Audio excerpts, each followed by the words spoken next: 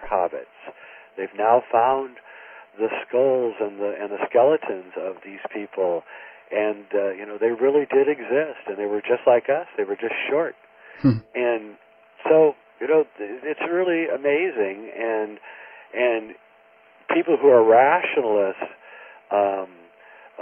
get upset at this kind of talk, but what they don't realize is that in truly every sense, what we're talking about is rationalism. We're not saying anything that's to me, in my mind, fantastic or unbelievable. It's quite believable, and in everyday occurrences like Watson and Crick uncovering the structure of the DNA by having a dream. All of these things are happening, and it's the rationalists who are actually refusing to look at reality. That's how I see it. That is the general idea, I guess, through history is that people who aren't afraid to cross the boundaries, those who try to go. What is the saying? That those who go. If you want to know how far you can go, you have to go too far, so to speak. So, I like that. I agree with that. I think that the shamans in ancient societies, the shamans never lived in the center of the village.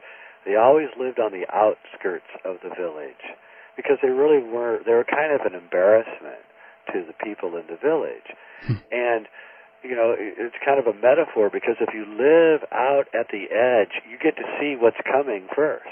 And I think that's what people like me and our ilk do, is we live out on the edge and we get to see what's happening first, and then we run back and tell everybody what's happening. Of course, they think we're crazy, that it happens, and so the way it is. And there's nothing you can do about it except do your duty as a human being and try to help as many people as possible, especially through the next 6 years, because this thing is going to get just very, very weird. And I would say by 2010, 2011, things are going to be so weird that people are going to come to people like us and ask us what's going on.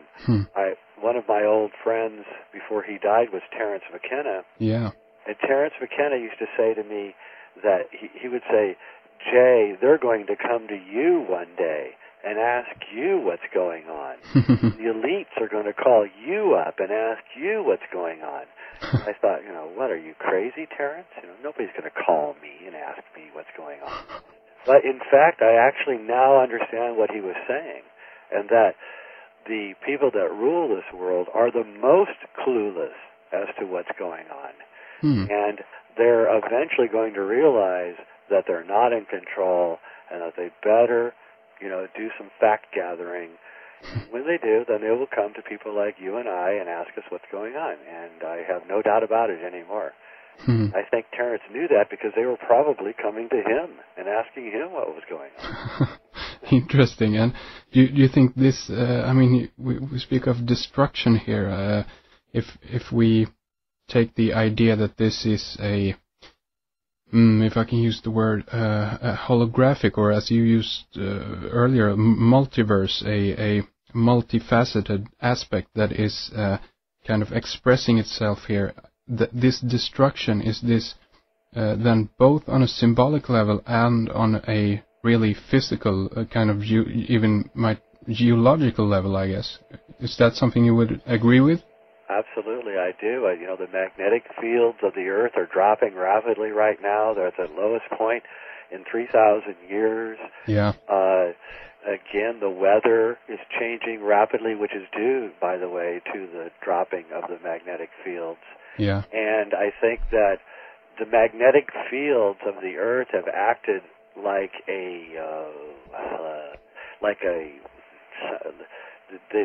they've masked reality. Because they were so dense and so heavy, they've masked reality, and as they're disappearing, we're beginning to see what's really going on. And people in the United States are notoriously ignorant, and but you can see that there's a small group of people in the United States who see what's actually happening, and they won't shut up. They just keep talking, no matter that no one's listening to them, no matter how much they're, called crazy. They just keep going and going and talking and talking. Yeah. And they won't stop. And this persistence is amazing. And people like me, and guess what? They're starting to listen. Yeah. And slowly you're seeing that we're winning. Slowly the tide is shifting to where the people no longer believe what they're being told, and it's awful to watch it if you're here because you're living with such ignorance around you, yeah. and you feel compassion towards them, and you wonder why they don't understand what's happening. Yeah.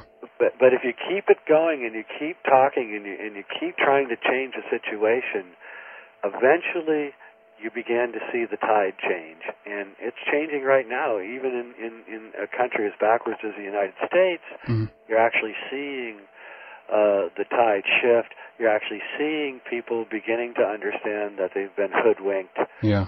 that their government is lying to them, that they're involved in situations that they cannot get out of. And so it's happening across. And by the way, this is all going to affect the realpolitik because once they realize how badly they've been fooled, then they're going to react. And when they react, it's going to go to the other extreme, which means they're going to go to the extreme where they don't buy anything they're being told. Yeah. That's what we want. That's the beginning of enlightenment. That's right. To move to that other extreme. So it's happening right here in this country right now. I've been watching it, fascinated by it. Right now, the polls that they take are showing that people just by leaps and bounds are not believing anything that's going on anymore. Yeah. And it's at that moment that we can change things. Yeah. That moment where they're unsure, that we can come in and say, hey, here's what's really happening. This world is deeper and more complex and more of a manifestation of our minds and our spirit than you ever dreamed of. And yes, it is like a holographic universe, and each person is a part of the hologram. Yeah. And if each person changes, the hologram itself changes. And so it's an individual thing, and it's a mass thing, and a collective thing, and it's all happening at the same time. And I think that I like to always say that, you have to go to hell before you go to heaven. Yeah. The reason that you have to go to hell before you go to heaven is because if you just go to heaven without going to hell, then you can't appreciate what heaven is. Exactly. But if you go to hell first, and then you go to heaven, then you can appreciate how nice it is once you get there. Of course. I think that's what's going on here, is we're in our own hell, and we're beginning to realize that's not a place that we want to live in. Yeah. Yeah, I totally agree. And you're correct, you have to have reference points to know where you're at, basically, in this holographic universe then, because there's so many facets to all of this, and there are multiple ways that we can go here. We're about 8 minutes away from the ending of our first segment here, but you want to, return to the book and maybe mention a few more things about it? Yeah, so let's see here. Where will I go here? Okay, so this book is really just trying to take popular culture and reveal the alchemical reality that is the truth of who we are. And I try to use